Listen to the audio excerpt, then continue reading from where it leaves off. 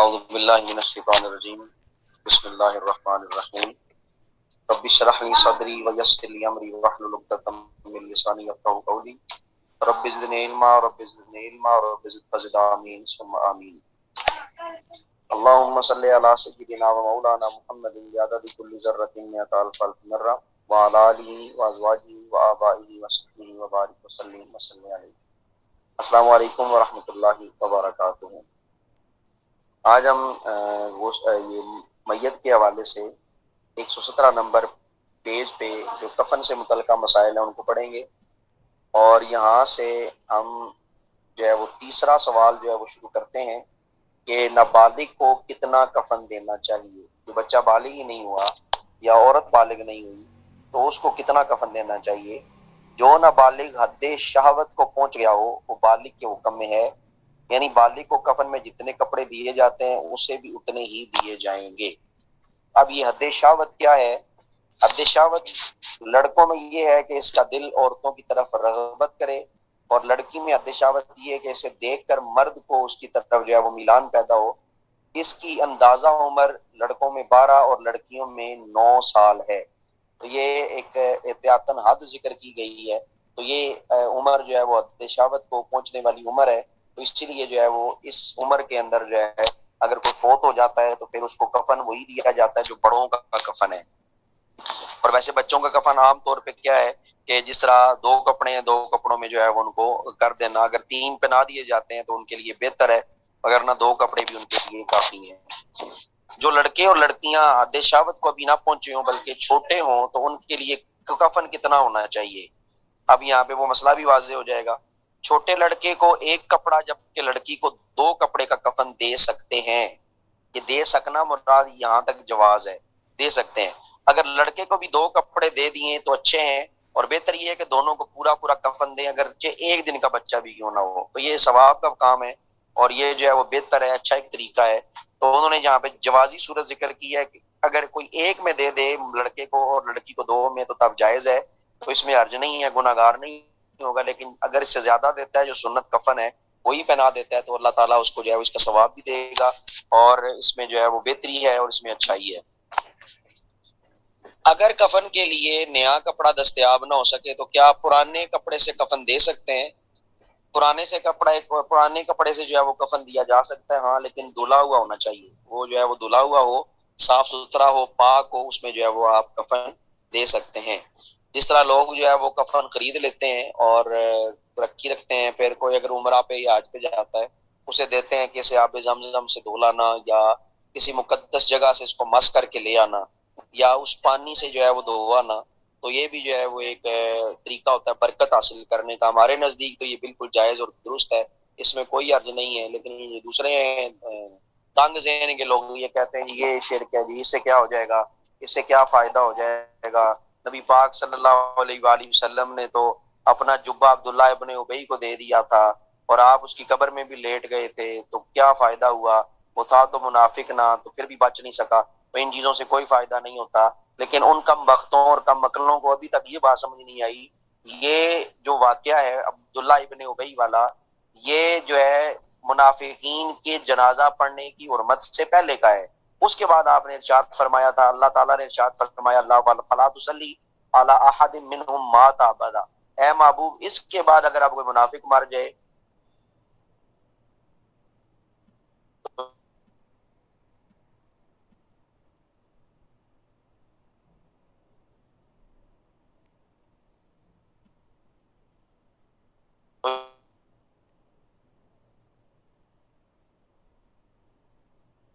تو ان کی قبر پہ بھی کنبہ اور قبیلہ جو ہے مسلمان ہو گیا تھا۔ یہ برکت یہ اور کیا ہے، ان کو جو ہے یہ سمجھ نہیں آتی۔ یہ دماغ ان کے موٹے ہوتے ہیں، اور ان کو جو ہے نا وہ محاورہ ہے نا، اونٹ کو رکشے میں بٹھانا جتنا مشکل ہے، اس طرح ان کو بات سمجھانا جو ہے وہ بہت مشکل ہو جاتا ہے۔ تو لہٰذا ہم آگے بڑھتے ہیں۔ میت نے جو مال چھوڑا کیا کفن اسی سے دینا چاہیے؟ بہتر تو یہی ہے، اگلے پیج پہ جائیں، بہتر تو یہی ہے کہ اسی سے کفن دینا چاہیے۔ اگر کوئی اپنی طرف سے کفن دینا چاہتا ہے اس میں جو ہے وہ کوئی حرج نہیں ہے، دے سکتا ہے۔ جس طرح آج کل جو ہے وہ کفن دیے جاتے ہیں، گھر والا کو دے دیتا ہے، بہنوں میں سے، بھائیوں میں سے، بیٹوں میں سے، تو یہ جو ہے وہ اس کے لیے جوازی صورت ہے، دے سکتا ہے، اور اگر اس کا مال ہے تو اس کے مال میں سے بھی جو ہے وہ کفن لیا جا سکتا ہے، خریدا جا سکتا ہے۔ پیج چینج نہیں ہوا جی میرے پاس۔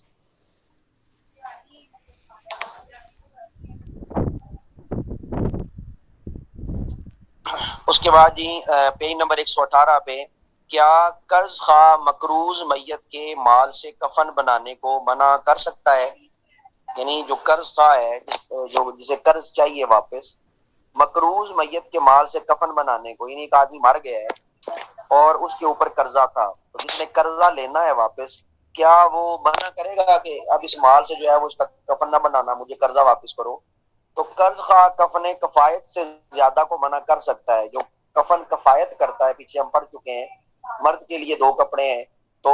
جو کفن کفایت ہے اگر اس سے زیادہ سے منع کرنا چاہے تو کر سکتا ہے،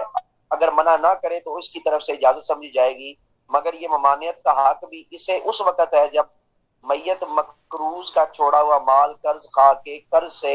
زائد نہ ہو۔ یعنی اگر جو ہے وہ مثلا 1,00,000 قرضہ ہے، اس نے مال چھوڑا ہے 2,00,000 روپیہ، ایک آدمی نے قرضہ لیا 1,00,000، وہ مر گیا تو اس کے ذمے اب جو ہے وہ قرضہ تھا 1,00,000، جب وہ مرا تو اس کی جو جائیداد تھی وہ 2,00,000 تھی، 2,00,000 رقم اس کے پاس تھی۔ اب جو ہے وہ قرض خواہ اس کو ہرگز منع نہیں کر سکتا، کیوں کہ اب اس کے قرضے سے زیادہ رقم موجود ہے، وہ چاہیں تو کفن لے لیں تو اس میں سے کفن آ سکتا ہے، تو 1,00,000 اس کو جو ہے واپس مل سکتا ہے۔ اگر رقم ہی 1,00,000 ہے تو اس میں سے اگر لیتا تو پھر اسے اجازت دی جائے گی، ہاں ٹھیک ہے تم منع کر سکتے ہو۔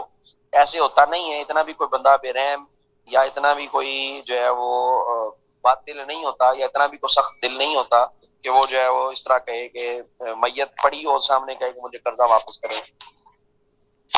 قرض، وصیت، میراث اور کفن، اور ان میں سے کون سی چیز پر مقدم ہے؟ یعنی قرض ہو، وصیت ہو، میراث اور کفن ہے، یہ 4 چیزیں ہیں، کون سی چیز پہلے ہے؟ کفن جو ہے وہ قرض پر مقدم ہے کہ پہلے اس کے مال سے کفن دیں، بعد میں جو بچے اس کا قرضہ دیں، ٹھیک ہے؟ یعنی کفن قرض پر مقدم ہے، پہلے کفن دیں پھر قرضہ ادا کریں۔ اسی طرح وصیت اور میراث ہے، تو اب جو یہاں پہ ذکر کیا وصیت پر مقدم ہے، کیا چیز جو ہے وہ قرض، اگر دیکھیں سمپل قرض جو ہے وہ وصیت پر مقدم ہے۔ اگر میت نے اپنے مال میں سے کچھ مال دینے کی وصیت کی ہے تو پہلے قرضہ ادا کریں پھر وصیت پہ عمل کریں۔ اسی طرح پہلے وصیت جو ہے وہ پوری ہوگی، اور وصیت میراث پر مقدم ہے، ٹھیک ہے؟ یعنی پہلے وصیت جو ہے وہ پوری کریں گے پھر جو ہے وہ میراث کی طرف جو ہے وہ بڑھیں گے۔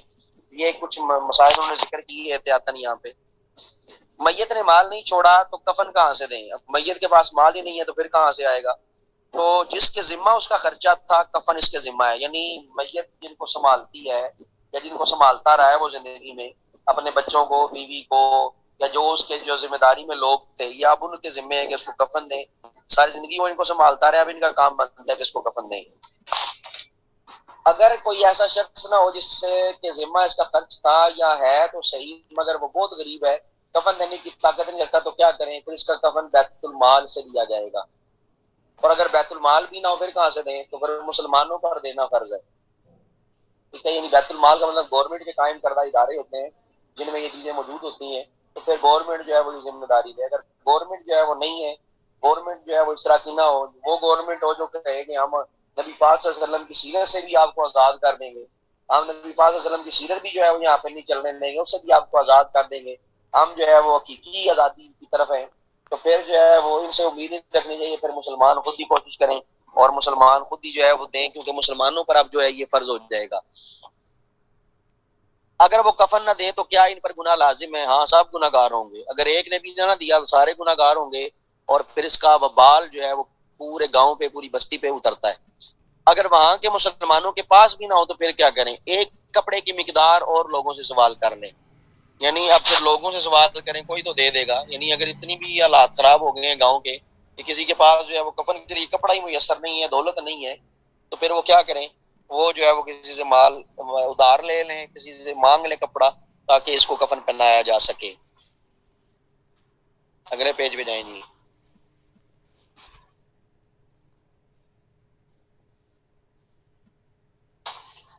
عورت فوت ہو گئی تو اس کے کفن کا خرچہ کس کے ذمہ ہے؟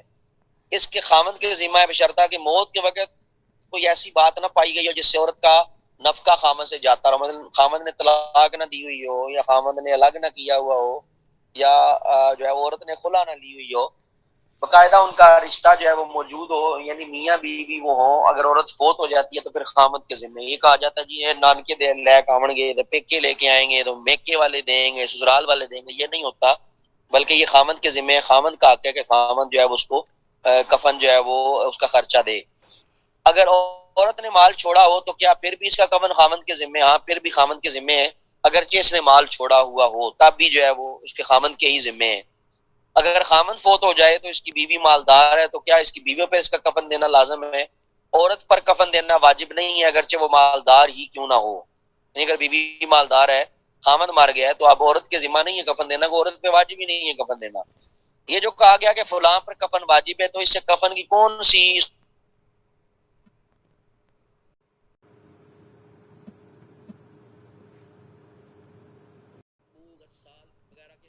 جانے اور آنے والے کی اجرت مصارف، یہ سب شرعی مقدار ان سے جو ہے وہ مراد ہے۔ یہ سارے اخراجات جو جنازے پہ ہوتے ہیں، کھانے کے علاوہ کی بات کی جا رہی ہے، کھانا پکانا یہ جو کیا جاتا ہے، یہ تو ویسے بھی منع کیا گیا کہ میت کے گھر سے کھانا نہ کھائیں، تو یہاں پہ جو ہے وہ جنازہ جا رہا ہوتا ہے اور پیچھے دیگیں چڑھ رہی ہوتی ہیں، اور لوگ جب تک کھلایا نہ جائے لوگوں کو، لوگ کہتے ہیں دیکھیں جی انہوں نے کھانا تک نہیں کھلایا۔ حالانکہ منع کیا گیا ہے کہ میت کے گھر سے کھانا نہیں کھانا چاہیے، ان 3 دن تک میت کے گھر سے کھانا کھانے سے منع کیا گیا ہے، اور یہ ہماری شروع سے روٹین ہے،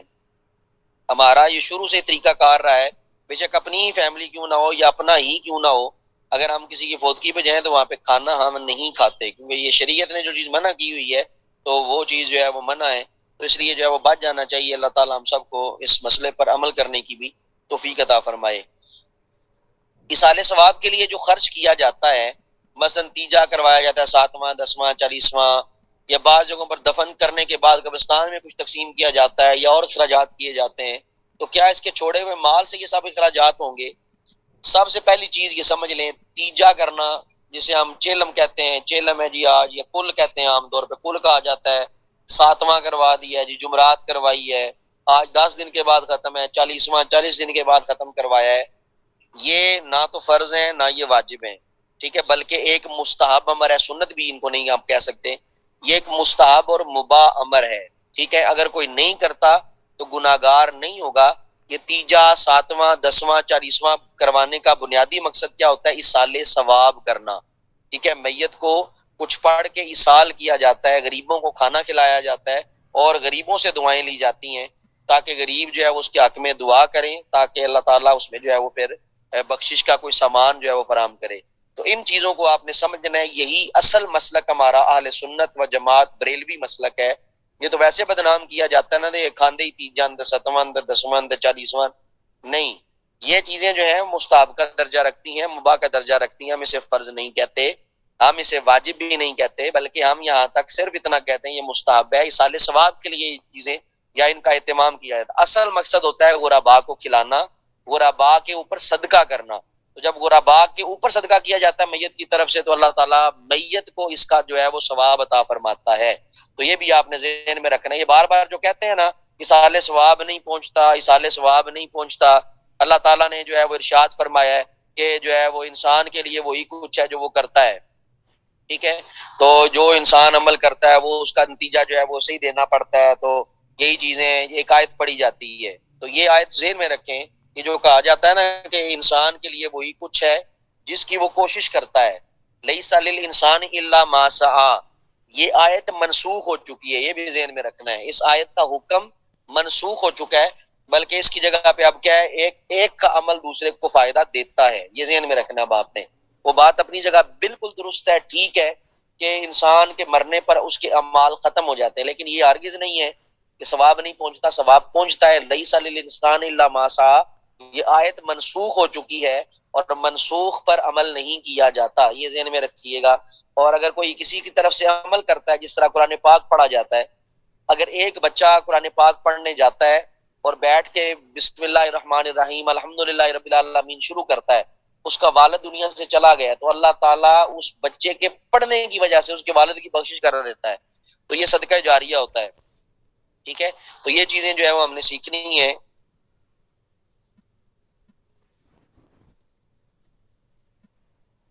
یہ جو ہے سال ثواب کے لیے ہوتا ہے بیٹے، سمپل۔ جمعرات کا جو مقصد ہوتا ہے یہ سال ثواب ہوتا ہے، اور جمعرات اس لیے منتخب کیا جاتا ہے